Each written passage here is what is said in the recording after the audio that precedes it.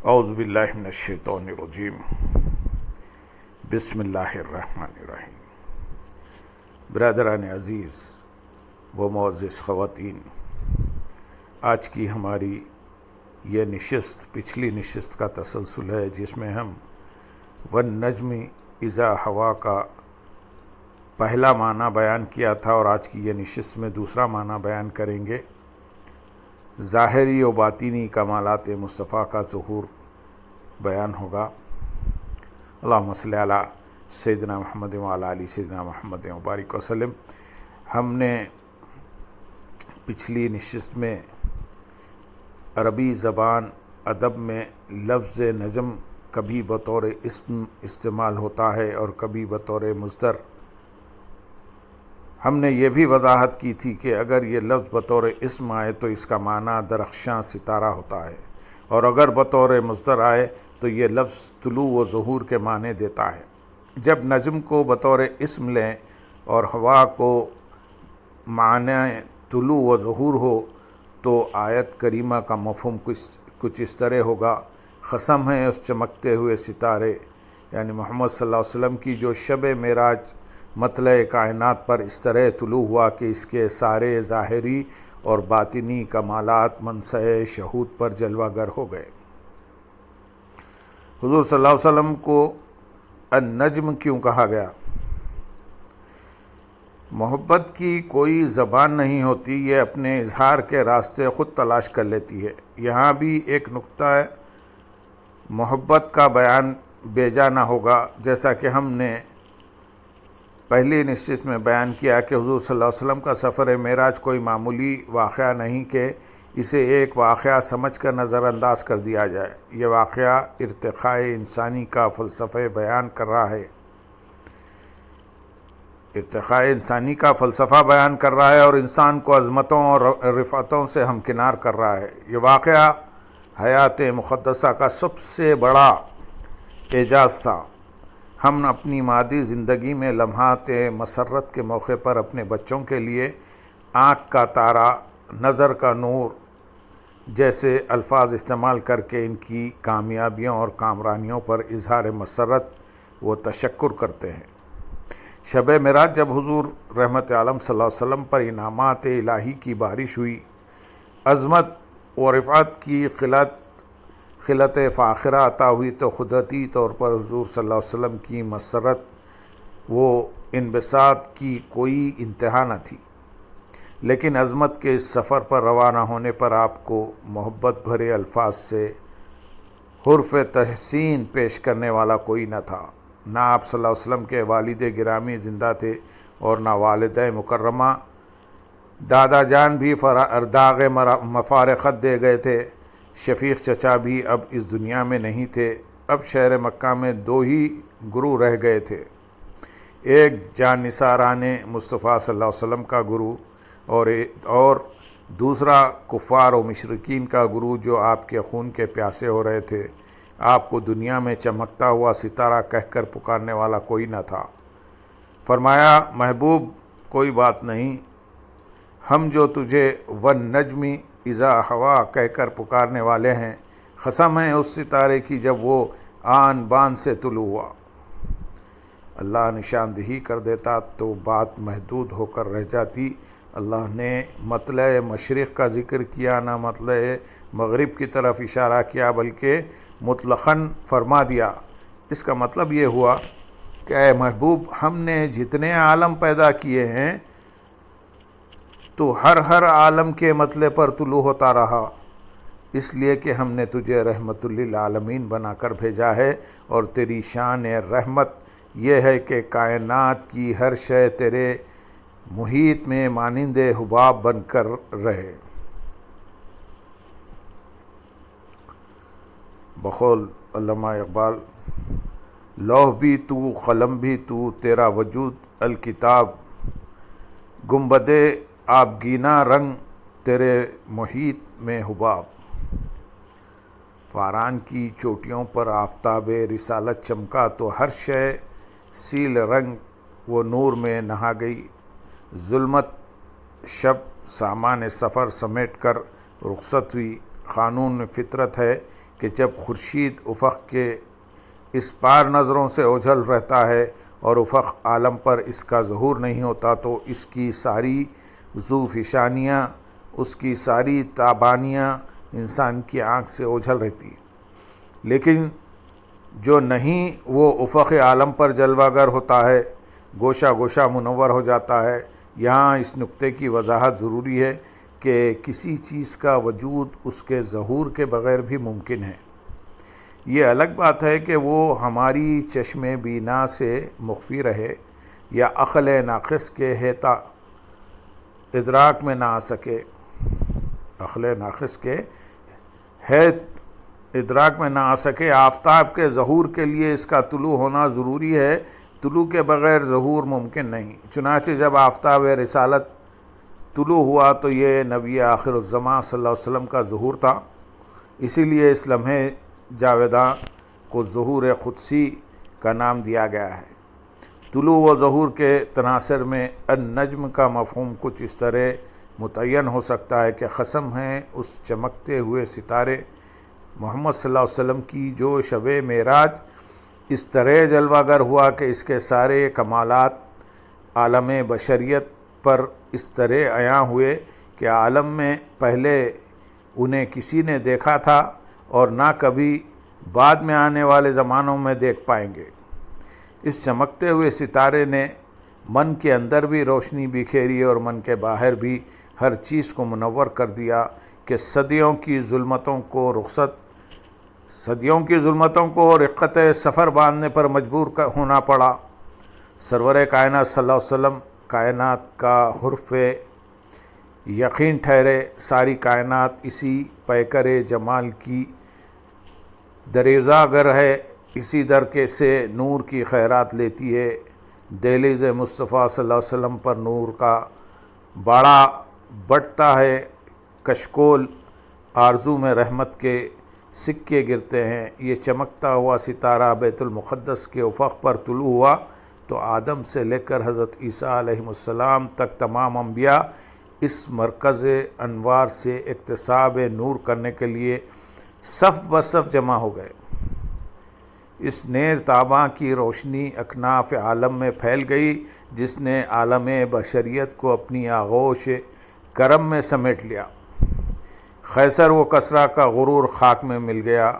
خریہ جبر پر ابر رحمت کھل کر برسا۔ انسان کی خدائی سے انسان کو رہائی ملی۔ دختر حوا کے پیروں کی زنجیریں ٹوٹ کر گر پڑیں۔ ظلم و استبداد کے دور کا خاتمہ ہوا، انسانی حقوق کی بازیابی کا عمل مکمل ہوا، افق عالم پر دائمی امن کا عہد نامہ تحریر ہوا، نفاذ عدل انسانی معاشروں کا طرۂ امتیاز ٹھہرا اور جنگل کی ساری تاریکی انسانی معاشروں سے ہجرت کرنے پر مجبور ہو گئی اور انسانیت کا شفاف چہرہ آئینے کی طرح چمکنے لگا۔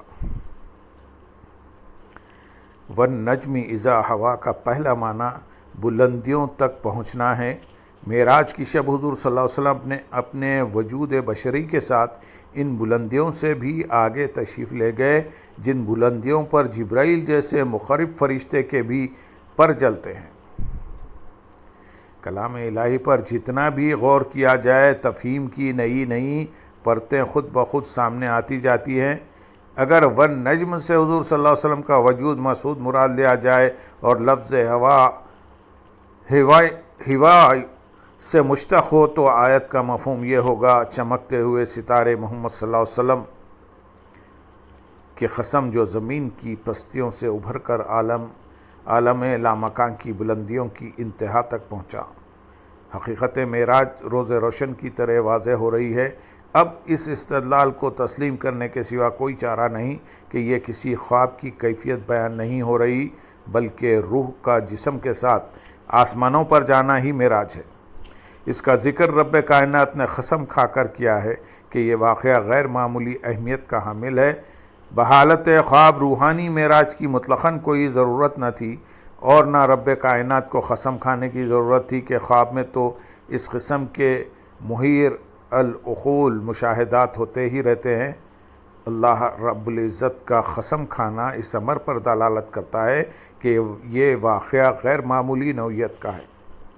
اگر اس سے یہ مراد لی جائے کہ حضور صلی اللہ علیہ وسلم سدرۃ المنتہا سے واپس لوٹ آئے جیسا کہ کچھ لوگوں کا خیال ہے، تو پھر بھی یہ واقعہ اتنی اہمیت کا حامل نہ ہوتا کہ سدرۃ المنتہا تک تو جبرائیل کو بھی رسائی حاصل ہے۔ سدرۃ المنتہا عالم ملوکیت کی آخری حد ہے، جہاں شہداء اور خدا کے برگزیدہ بندوں کا گزر رہتا ہے۔ لہذا سدرۃ المنتہا تک پہنچنا اتنی عظیم بات نہ تھی اور اسے اس اہتمام سے بیان بھی نہ کیا جاتا، لیکن بات سدرۃ المنتہا سے آگے کی ہے۔ اللہ بزرگ و برتر کے قسم کھانے سے اس استدلال کو تقویت ملتی ہے کہ حضور صلی اللہ علیہ وسلم پروردگار عالم کی عطا کردہ قوت سے عالم بالا کے اس آخری کنارے تک پہنچے، جہاں کوئی نبی، مرسل یا فرشتہ پہنچنے کی نہ تاب رکھتا ہے اور نہ جرأت۔ وہاں تک مرغ تخیل کی رسائی بھی ممکن نہیں۔ لفظ ہوا سدرۃ المنتہا سے قاب قوسین تک کے سفر کو بیان کر رہا ہے۔ آیت کا مفہوم یہ ہوگا کہ اس لمحے کی قسم جب میرے محبوب تو لامکان کی حدوں کو پار کر کے میرے مقام قرب تک پہنچا۔ خلاصہ بحث یہ ہوا کہ اللہ علیم و خبیر نے اس آیت مقدسہ میں اس چمکتے ہوئے ستارے محمد صلی اللہ علیہ وسلم کی قسم کھائی جو شب معراج عظمتوں اور رفعتوں سے ہمکنار ہوئے، بلکہ سب رفعتوں اور عظمتوں کو اپنے قدموں کے نیچے چھوڑتے ہوئے بلندیوں کی آخری منزل تک جا پہنچے۔ اس منزل تک، جس منزل تک عام انسان تو کجا فرشتوں تک کے پہنچنے کا تصور بھی محال ہے۔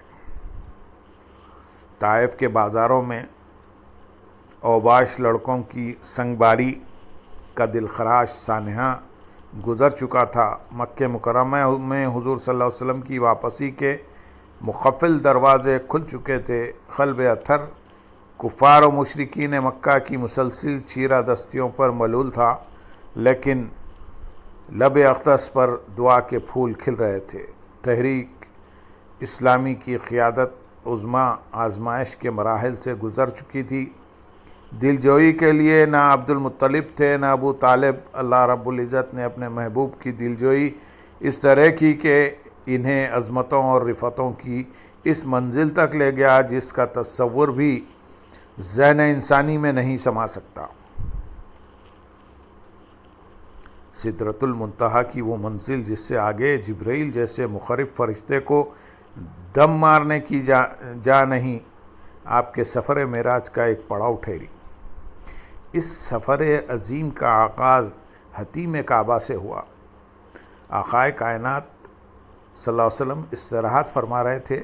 ادھر آسمانوں پر حور و ملائک محبوب کبریا کی پیشوائی کے منتظر تھے کہ سرکار دو عالم صلی اللہ علیہ وسلم تشریف لائیں اور وہ آسمانی مخلوق حضور صلی اللہ علیہ وسلم کی راہوں میں اپنی آنکھیں بچھانے کا اعزاز حاصل کریں۔ جبرائیل امین آسمانوں سے اترے، حضور رحمت عالم صلی اللہ علیہ وسلم کو بیدار کیا اور ایک سواری حاضر کی جو دراز گوش سے اونچی اور خچر سے قدرے نیچے تھی۔ اس سواری کا نام براق تھا۔ حضور صلی اللہ علیہ وسلم اس پر سوار ہوئے۔ یہ ایک تیز رفتار سواری تھی۔ اس کی تیز رفتاری کا عالم یہ تھا کہ اس کا ہر قدم منتہائے نظر پر پڑتا تھا۔ سفر کے پہلے مرحلے پر تاجدار کائنات صلی اللہ علیہ وسلم بیت المقدس لے جائے گئے، جہاں تمام انبیاء آپ کے منتظر تھے۔ نماز کا وقت ہوا، صفیں درست ہوئیں اور جبرائیل نے حضور صلی اللہ علیہ وسلم کو انبیاء کی امامت کے لیے مصلی پر کھڑا کر دیا۔ حضرت آدم علیہ السلام سے لے کر حضرت عیسیٰ علیہ السلام تک تمام انبیاء اکرام نے سردار الانبیاء کی اقتداء میں نماز ادا کی۔ یہاں سے براق پر سوار ہو کر آپ نے آسمان دنیا پر ورود فرمایا۔ آسمان دنیا کے دروازے پر جبرائیل امین نے دستک دی تو دربان نے پوچھا کہ جبرائیل تمہارے ساتھ کون ہے؟ جب جبرائیل نے آپ صلی اللہ علیہ وسلم کا اسم گرامی لیا تو دروازہ کھل گیا حور و غلمان صف بصف کھڑے تھے۔ خوش آمدید یا رسول اللہ صلی اللہ علیہ وسلم، خوش آمدید، مرحبا یا نبی، مرحبا۔ پہلے آسمان پر حضرت آدم علیہ السلام سے ملاقات ہوئی، آپ نے نسل انسانی کے جد امجد کو سلام کیا تو حضرت آدم علیہ السلام نے صالح بیٹے اور صالح نبی کہہ کر نبی آخر الزماں صلی اللہ علیہ وسلم کا استقبال کیا۔ اسی طرح ایک کے بعد دیگرے ساتوں آسمانوں کے دروازے کھلتے چلے گئے۔ عرش مولا پر جشن کا سما تھا، ہر طرف حضور صلی اللہ علیہ وسلم کی آمد کے چرچے تھے۔ آج وہ مہمان ذی وقار آ رہے ہیں جن کے بارے میں رب کائنات نے فرمایا کہ اے محبوب صلی اللہ علیہ وسلم، اگر تجھے پیدا کرنا مقصود نہ ہوتا تو یہ زمین ہوتی اور نہ یہ آسمان۔ پیارے، یہ کائنات رنگ و بو تیرے قدموں کا صدقہ ہے، یہ زمین و آسمان تیرے نقوش پاکی خیرات ہے۔ فرشتے جوخ در جوخ استقبال کے لیے حاضر ہوتے رہے۔ کائنات، ارض و سماوات عالم بشریت کی زد میں تھی۔ حضور صلی اللہ علیہ وسلم عظمتوں اور رفعتوں کا یہ عظیم سفر طے کرتے ہوئے آگے بڑھ رہے تھے۔ عروج آدم خاکی سے سہمے ہوئے النجم بہت پیچھے رہ گئے تھے۔ دوسرے، تیسرے، چوتھے، پانچویں، چھٹے اور ساتویں آسمان پر آپ کی ملاقات بالترتیب حضرت یحییٰ و عیسیٰ، حضرت یوسف، حضرت ادریس، حضرت ہارون، حضرت موسیٰ اور حضرت ابراہیم علیہم السلام سے ہوئی۔ گویا آپ جہاں گئے انبیاء سے فرشتوں تک تمام آسمانی مخلوق آپ کے لیے چشم برآ تھی۔ سدرۃ المنتہا کا مقام بلند آ گیا۔ جبرائیل علیہ السلام رک گئے اور آگے بڑھنے سے معذوری کا اظہار کیا۔ تفسیر روح البیان، تفسیر نشاپوری میں مذکور ہے، اگر ایک پور برابر بھی آگے بڑھوں تو جل جاؤں گا۔ حضرت جبرائیل علیہ السلام نے فرمایا، اگر ایک پور برابر بھی آگے بڑھوں تو جل جاؤں گا۔ یا رسول اللہ صلی اللہ علیہ وسلم، اس سے آگے جانے کی مجھے اجازت نہیں، آگے بڑھا تو میرے پر جل جائیں گے۔ حضور صلی اللہ علیہ وسلم تنہا بڑھتے ہوئے آخر اس مقام پر پہنچ گئے جس کو قاب قوسین او ادنیٰ سے تعبیر کیا گیا ہے۔ سارے حجابات اٹھا دیے گئے۔ قرآن کہتا ہے سورۃ النجم آیت نمبر 8، 9 اور 10 میں، پھر قریب ہوا، یعنی اللہ محمد صلی اللہ علیہ وسلم سے پھر زیادہ قریب ہوا تو محمد صلی اللہ علیہ وسلم اپنے رب سے 2 کمانوں کی مقدار نزدیک ہوئے، بلکہ اس سے بھی زیادہ قریب۔ تو وحی فرمائی اپنے عبد مقدس کو جو وحی فرمائی۔ صحیح بخاری کی حدیث میں مذکور ہے، یہاں تک کہ آپ سدرۃ المنتہا پر آ گئے، رب العزت اپنی شان کے لائق بہت ہی قریب ہوا، یہاں تک کہ 2 کمانوں کے برابر یا اس سے بھی کم فاصلہ رہ گیا۔ اللہ رب العزت نے اپنی شان کے مطابق اپنے محبوب صلی اللہ علیہ وسلم کو خوش آمدید کہا اور اتنا قریب ہوا کہ اللہ تعالیٰ اور اس کے محبوب صلی اللہ علیہ وسلم کے درمیان بہت کم فاصلہ رہ گیا۔ گویا حضور رحمت عالم صلی اللہ علیہ وسلم پر پروردگار عالم کے جلووں کی ارزانی ہوئی۔ بارگاہ صمدیت میں تاجدار کائنات حضور رحمت عالم صلی اللہ علیہ وسلم سرتاپا صفات ربانی میں اس طرح رنگے گئے کہ آپ صلی اللہ علیہ وسلم کی ذات ستودہ صفات اللہ تعالیٰ کی مظہریت کا پیکر اتم بن گئی۔ اللہ رب العزت نے آسمانوں پر اپنے محبوب رسول صلی اللہ علیہ وسلم کو خلت، عظمت و رفعت سے نوازا، انہیں ان بلندیوں پر فائز کیا جن کا تصور بھی محال ہے۔ طائف کے بازاروں میں سنگباری نے محبوب صلی اللہ علیہ وسلم کو ملول کر دیا۔ رب کائنات نے اپنے محبوب صلی اللہ علیہ وسلم کی دلجوئی فرماتے ہوئے آپ کا دامن عظمتوں اور رفعتوں سے بھر دیا اور آپ صلی اللہ علیہ وسلم کے منصب رسالت کو نئی شان عطا کی۔ عربی زبان و ادب کے قواعد کے مطابق اگر لفظ ہوا مصدر ہوئی سے مشتق ہو تو اس کا معنی ہوگا الازار، نزول، نیچے آنا۔ ان معنی کی روح سے اس آیت مقدسہ کا مفہوم یہ ہوگا جس کو شفا شریف میں مذکور ہے، قسم ہے اس چمکتے ہوئے ستارے محمد صلی اللہ علیہ وسلم کی جو شب معراج انتہائی رفتوں کو چھوڑ کر زمین پر واپس آ گیا۔ مسجد حرام سے مسجد اقصیٰ تک اور پھر مسجد اقصیٰ سے آسمانوں تک کا سفر بھی ایک معجزہ تھا، اور عظمتوں رفتوں سے ہمکنار ہونے کے بعد واپس اس کرۂ ارضی پر تشریف لے آنا بھی ایک معجزہ تھا۔ حضور صلی اللہ علیہ وسلم کی معراج کا پہلو بشریت عالم بشریت کو فیض پہنچانے کے لیے تھا کہ آپ کو نسل انسانی کی رشد و ہدایت کے لیے جامع بشریت میں مبعوث فرمایا گیا، جبکہ نورانیت کا پہلو عالم ملکوت کی فیض رسائی کے لیے تھا۔ یہ دونوں پہلو فی الحقیقت حضور رحمت عالم صلی اللہ علیہ وسلم کے حقیقی مقام کی گرد کو بھی نہیں پہنچ سکتے۔ آپ کی حقیقت نورانیت و بشریت کے مقامات سے ورا ہے۔ اس سے ان لوگوں کی آنکھیں کھل جانی چاہیے جو نور و بشر کے مسائل میں الجھ کر خواہ مخواہ آپس میں دست و گریباں ہیں۔ حضور صلی اللہ علیہ وسلم بشریت کو بیت المقدس میں چھوڑ گئے اور مقام نورانیت کو عالم ملکیت میں چھوڑ کر آگے گزر گئے۔ حقیقت محمدی ان دونوں مقامات کی انتہا سے بھی بالاتر ہے۔ آپ کا اصلی گھر تو لامکاں تھا جہاں پر آپ کو مدعو کیا گیا تھا۔ یہ خالق موجودات کا ہم بندگان خاکی نہاد پر عظیم احسان ہے کہ اس نے اپنے لطف و کرم اور عنایت سے اپنے محبوب صلی اللہ علیہ وسلم کو اپنی صفات کا مظہر اتم بنا کر ہمیں عطا کر دیا۔ حضور صلی اللہ علیہ وسلم زمین پر واپس آ گئے تاکہ زمین پر بسنے والی اولاد آدم کو ظلم و بربریت سے نجات دلائیں، دنیا امن و سکون کا گہوارہ بن جائے اور انسانی معاشروں میں عدل کے نفاذ کو یقینی بنایا جائے تاکہ انسانی معاشرے کے استحصال کی ہر شکل سے پاک ہو جائے۔ صوفیہ کے نزدیک تاجدار کائنات حضور نور مجسم صلی اللہ علیہ وسلم کا معراج کے لیے اس کرۂ ارضی کی پستی سے عالم بالا کی طرف جانا اتنا بڑا معجزہ نہیں جتنا کہ مقامات علو سے دامن کش ہو کر جہاں آب و گل کی پستی کی طرف لوٹ آنا ہے۔ اسی سبب سے والنجم کہہ کر رب کائنات قسم کھا رہا ہے اس چمکتے ہوئے ستارے محمد صلی اللہ علیہ وسلم کی جو اس کی حریم ذات کے قرب و وصال کی رفتوں سے ہمکنار ہونے کے بعد نوع انسانی کی بھلائی، اولاد آدم کی بہبود اور انسانی ہدایت کی خاطر واپس زمین پر تشریف لے آئے۔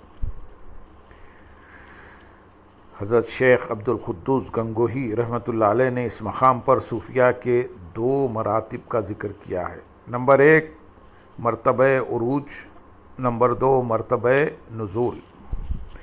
نمبر 1 مرتبہ عروج کا وہ مرتبہ ہے جس میں روح اپنے اصل وطن کی طرف لوٹ جاتی ہے اور لذت و وصال سے ہمکنار ہو کر ہجر و فراق کے مرتبے کی طرف لوٹ آتی ہے۔ عرفاء کے نزدیک عروج کا درجہ نزول کے درجے سے کم ہے، اس لیے کہ عروج تکمیل کا سفر ہے جبکہ نزول اپنے تکمیل کے بعد دوسروں کی تکمیل کا متقاضی ہے، اور یہ مرحلہ پہلے مرحلے کی نسبت آزمائش طلب، پرکٹھن اور صبر آزما ہوتا ہے۔ شیخ گنگوہی رحمۃ اللہ علیہ کے ارشاد کے مطابق حضور سرور کون و مکان صلی اللہ علیہ وسلم کا کمال تھا کہ وہ اس رفت او ادنا سے واپس لوٹ آئے۔ فرماتے ہیں کہ اگر مجھے وہاں جانا نصیب ہوتا تو واپس آنے کا کبھی نام نہ لیتا۔ مطلب یہ ہے کہ ایک تو مجھ پر اتنی روحانی توانائی نہ ہوتی کہ میں اپنی جسمانی اکائی کو برقرار رکھ سکتا، دوسرے اپنی ذات میں اس قدر مگن ہو جاتا اور خود غرضی مجھ پر اس قدر غالب آ جاتی کہ میں عالم انسانیت کو بھول کر صرف اپنا ہی ہو کر رہ جاتا۔ لیکن حضور صلی اللہ علیہ وسلم کی عظمت یہ ہے کہ وہ اتنی بلندیوں پر پہنچنے کے بعد لوٹ آئے۔ شعور بندگی اور احساس بندگی ہر قدم پر دامن گیر رہا، چنانچہ آپ صلی اللہ علیہ وسلم عظمتوں کی قلت خلت فاخرہ عطا ہونے کے بعد بھی اپنی ذات میں گم نہیں ہوئے، بلکہ انہیں ہر لمحہ ہم گناہگاروں کی ہدایت اور اصلاح کا خیال رہا۔ آپ صلی اللہ علیہ وسلم اتنی روحانی قوتوں کے مالک تھے کہ انوار و تجلیات کی مسلسل بارش میں اپنی ذات کی اکائی کو سلامت رکھنے میں کامیاب و کامران رہے اور واپس زمین کی طرف بھی لوٹ آئے کہ اس کرۂ ارضی پر بسنے والے انسانوں کو اصنام پرستی کے تاریک غاروں سے نکال کر توحید پرستی کے حلقے انوار میں داخل کرنا تھا۔ یہ وہی زمین تھی جہاں پتھروں کی بارش میں بھی آپ صلی اللہ علیہ وسلم نے پرچم توحید اٹھائے رکھا، جہاں قدم قدم پر آپ کے خون کے پیاسے آپ کے خلاف سازشوں میں مصروف تھے۔ شان رسالت یہی تھی کہ اللہ کی مدد پر بھروسہ کرتے ہوئے اور اس کی تائید و نصرت پر کامل یقین رکھتے ہوئے دلوں کے قفل توڑے جائیں اور ان کے سینوں کو توحید کے نور سے منور کیا جائے۔ اگر تاجدار کائنات صلی اللہ علیہ وسلم اللہ رب العزت کی بارگاہ میں یہ عرض گزار تھے کہ باری تعالیٰ میں نے منزل مقصود کو پا لیا، اس سے آگے کی منزل کا کوئی تصور بھی نہیں کر سکتا، اب دنیا میں جا کر مجھے کیا لینا، بس تیرے انہی جلووں میں گم ہو جانا چاہتا ہوں۔ مولا واپسی کا کوئی ارادہ نہیں تو کیا وہ مہربان اللہ جس نے اپنے بندے اور رسول صلی اللہ علیہ وسلم کو عظمتوں اور رفتوں سے ہمکنار کیا ہے، اپنے قرب کے اعزاز لازوال سے نوازا تھا، اپنے محبوب صلی اللہ علیہ وسلم کی بات کو رد کر سکتا تھا؟ ہرگز ہرگز نہیں، لیکن آقا حضور صلی اللہ علیہ وسلم نے ہم غلاموں کی دشت بے امان میں بھٹکنے کے لیے تنہا نہیں چھوڑا، ہم غلاموں کو دشت بے امان میں بھٹکنے کے لیے تنہا نہیں چھوڑا اور واپس ہمارے درمیان تشریف لے آئے، جہاں ہم نے نفرت کی دیواریں کھینچ رکھی تھی، کفر و شرک کے حصار میں مقید اولاد آدم خدا پرستی کی ہر ادا کو بھول چکی تھی، جہاں زندگی شرمندگی کا روپ اختیار کر کے ضمیر مردہ کفن اوڑھ چکی تھی۔ عقلی میں، تصوف میں، روحانیت اور طریقت میں معراج و عروج پر ختم ہو جاتی ہے، کیونکہ اس میں مقصود اپنی ذات کا کمال ہوتا ہے، مگر یہاں تو امت کو با کمال کرنا مقصود تھا۔ لہذا باری تعالیٰ کے پیار بھرے سوال کا جواب انتہائی عاجزی سے عرض کیا کہ باری تعالیٰ واپس جانا چاہتا ہوں۔ اس طرح معراج مصطفیٰ کا سفر عروج کی بجائے نزول پر ختم ہوا، کیونکہ اگر نزول نہ ہوتا تو امت بے وسیلہ ہو جاتی اور اپنے نبی صلی اللہ علیہ وسلم کا فیض نہ پا سکتی، لیکن آقائے نامدار صلی اللہ علیہ وسلم کو ہماری بہتری اور بھلائی مقصود تھی۔ یہ حضور صلی اللہ علیہ وسلم کا امت اجابت یعنی امت مسلمہ پر ہی نہیں، پوری امت بشمول امت دعوت پر احسان عظیم ہے کہ انہوں نے عالم انسانیت کو ایک ایسی محرومی سے بچا لیا جس کی تلافی حشر تک ممکن نہ ہوئی۔ اللہم صلی علی سیدنا محمد وعلی آل سیدنا محمد وبارک وسلم وآخر دعوانا ان الحمدللہ رب العالمین۔ سبحان ربک